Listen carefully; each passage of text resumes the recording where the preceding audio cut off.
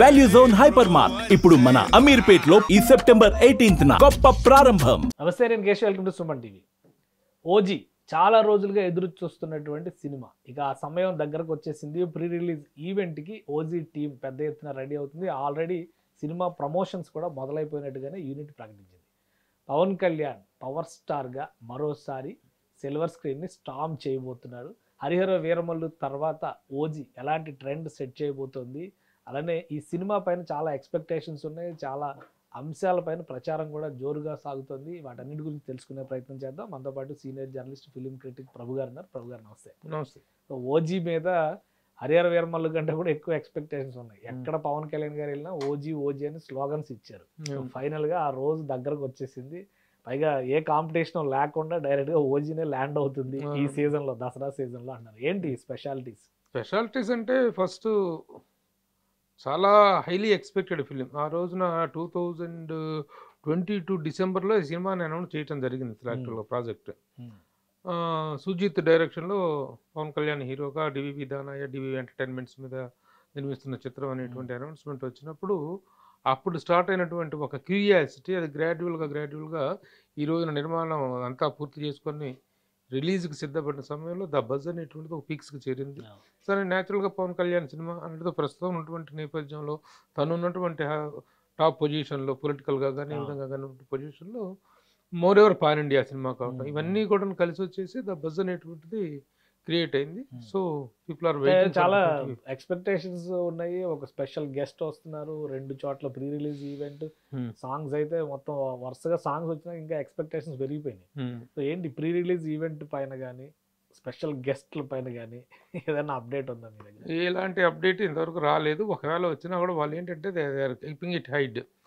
రేపు 21వ తారీఖున ఇక్కడ పోలీస్ గ్రౌండ్స్లో, యూసఫ్ కూడా పోలీస్ గ్రౌండ్స్లో చాలా భారీ ఎత్తున ఫస్ట్ జరుగుతుంది. ఆంధ్రప్రదేశ్లో ఎక్కడ చేస్తున్నారు అనేటువంటిది ఇంకా డిసైడ్ అవ్వలేదు. దానికి గెస్ట్, స్పెషల్ గెస్ట్ అనేటువంటిది కూడా ఎవరు ఇంకా గెస్టులు డిసైడ్ అనేటువంటి జరగట్లేదు. ఈ మధ్యకాలంలో గెస్టుల విషయంలో చాలా ఇబ్బంది పడాల్సి వస్తుంది. ఆ సినిమాలో నటించిన ఆర్టిస్టులు రావటమే కష్టంగా ఉంది, అలాగే గెస్టులను తీసుకురావటం. ఇక స్పెషల్ గెస్ట్ అంటే ప్రస్తుతానికి ఎవరు ఉన్నారు అనేటువంటిది మనం పవన్ కళ్యాణ్ రేంజ్ లో himself is the central attraction, అది వేరే విషయం. అయితే ఇది చంద్రబాబు నాయుడు గారు కావచ్చు, లేకపోతే చిరంజీవి గారు కావచ్చు, వీళ్ళిద్దరిలో ఎవరో ఒకళ్ళు అవుతారు అనేటువంటిది. ఇంత మించిన స్పెషల్ గెస్ట్ మనం గెస్ట్ చేయడానికి కూడా లేదు. ఒకళ్ళు వచ్చినా కూడా ఆ స్టేచర్కి తగినటువంటి వాళ్ళు అనేటువంటిది మనం చెప్పుకోలేం. ఒకవేళ ఇక్కడ చిరంజీవి గారు, అక్కడ చంద్రబాబు నాయుడు గారు అయితే అవ్వచ్చు, ఇక్కడ రేవంత్ రెడ్డి గారు అవ్వచ్చు.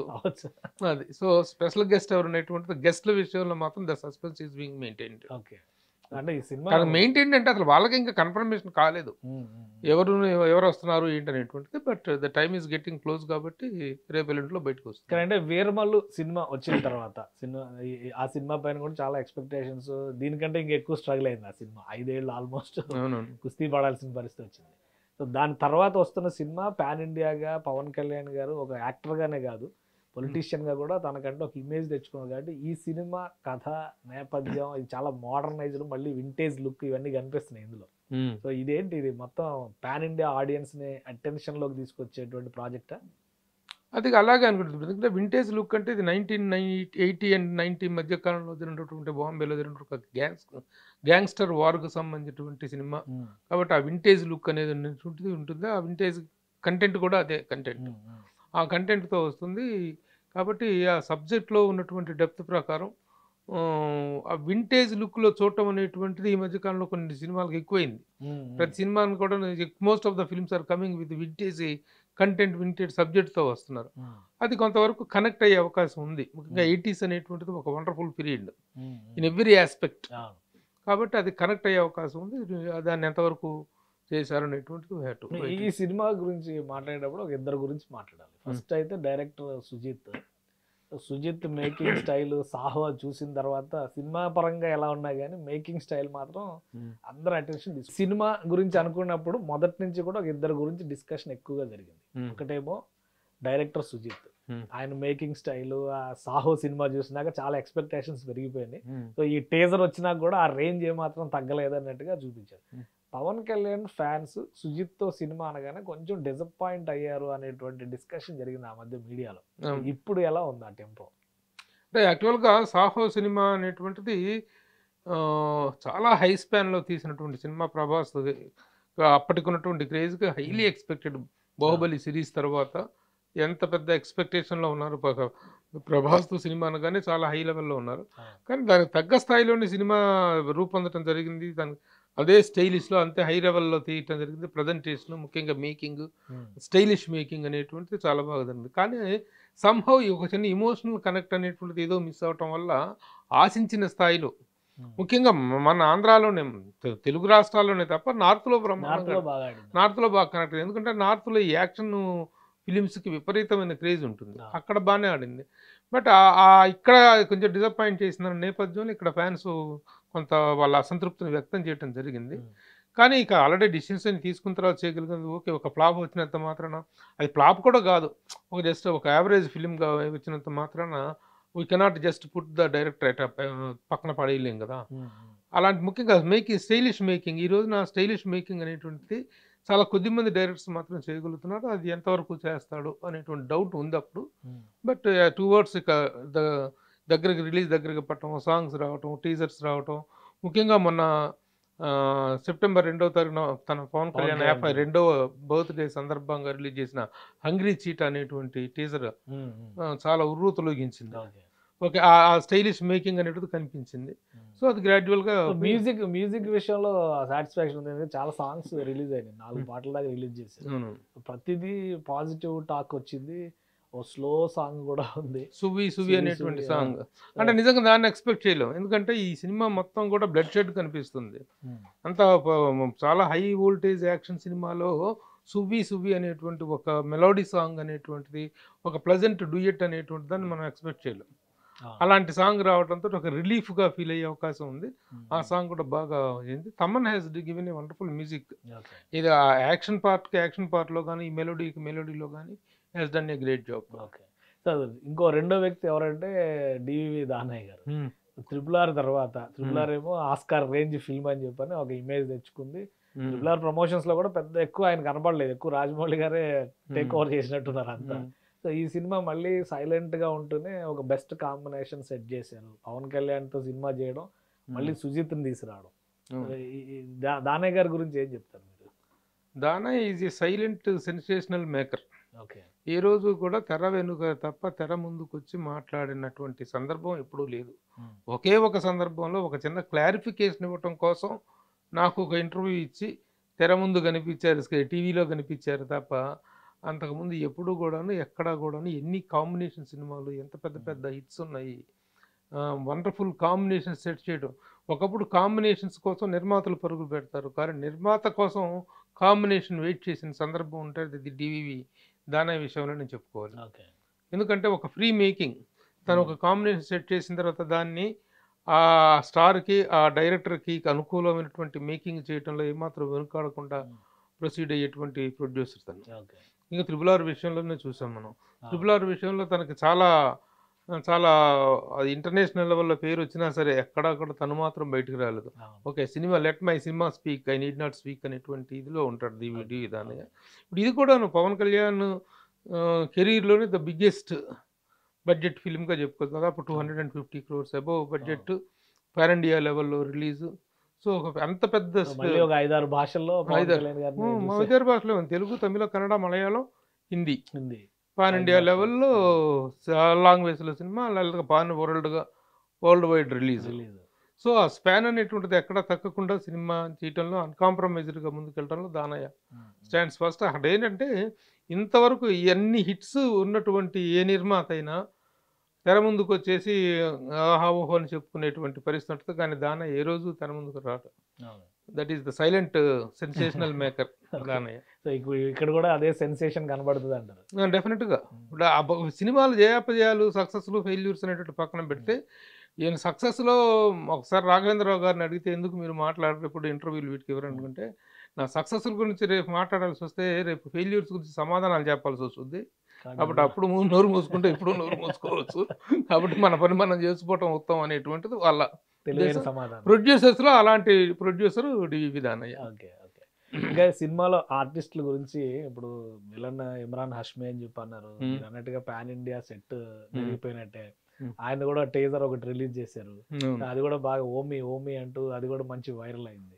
సో మిగతా ఆర్టిస్టులు హీరోయిన్ కానీ ఇమ్రాన్ హాష్మి కానీ ఏంటి సినిమాలో స్పెషాలిటీ? మెయిన్ హీరోయిన్ చాలా చాలా చాలా బాగుంది, చాలా ప్లెజెంట్ గా ఉంది. పవన్ కళ్యాణ్ పక్కన ఓకే, మిగతా కాస్టింగ్ అంతా టాప్ రేంజ్ కాస్టింగ్ గా ఉన్నారు.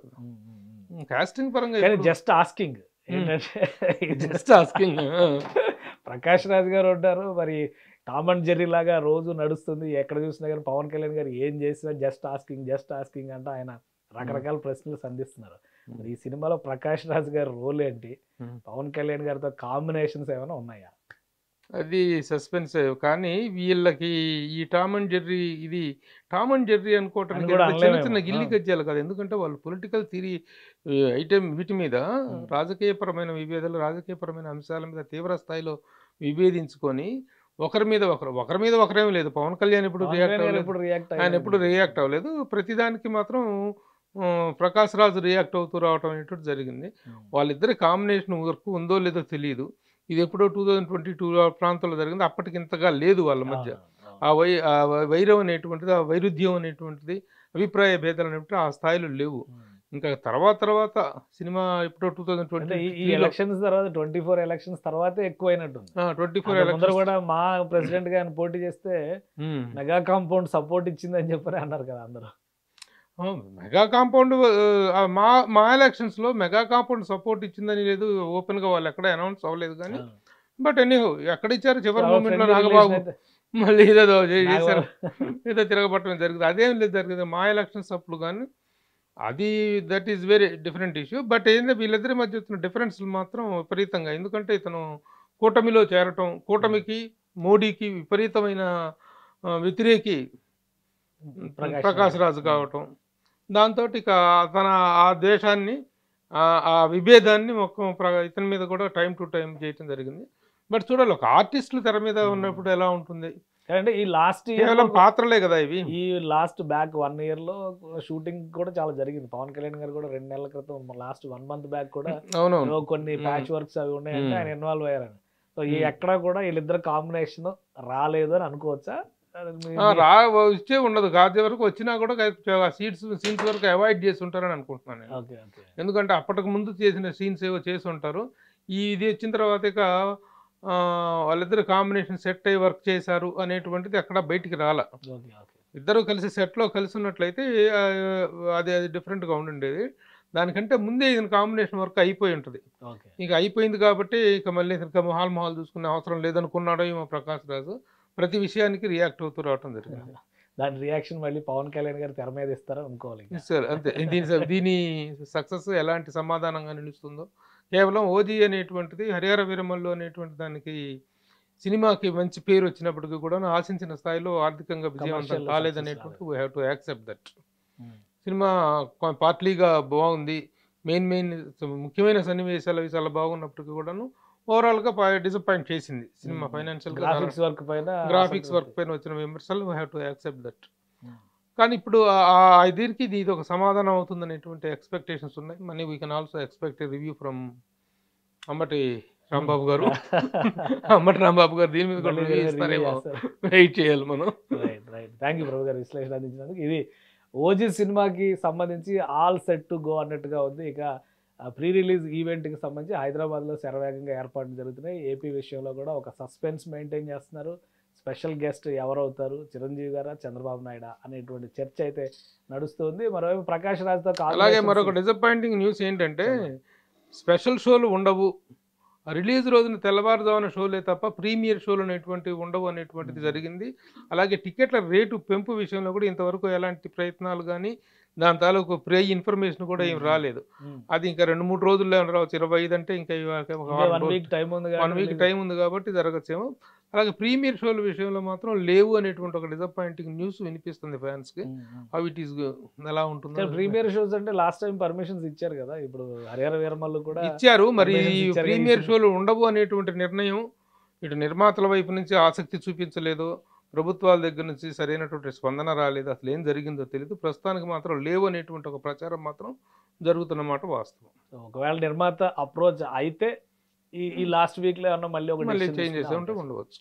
రైట్. థ్యాంక్ యూ ప్రభు గారి విశ్లేషణ. ఇది ఇక ప్రీమియర్ షోస్ పైన సస్పెన్స్ కూడా కొనసాగుతుంది. కాబట్టి ఈ 2-3 రోజుల్లో మరికొన్ని డెవలప్మెంట్స్ ఉండొచ్చు. ప్రకాష్ రాజ్తో కాంబినేషన్ సీన్స్ పైన మాత్రం ఫ్యాన్స్లో విపరీతమైన ఆసక్తి ఉందని ప్రభు గారు విశ్లేషిస్తున్నారు. ఇది స్పెషల్ డిస్కషన్. Keep watching.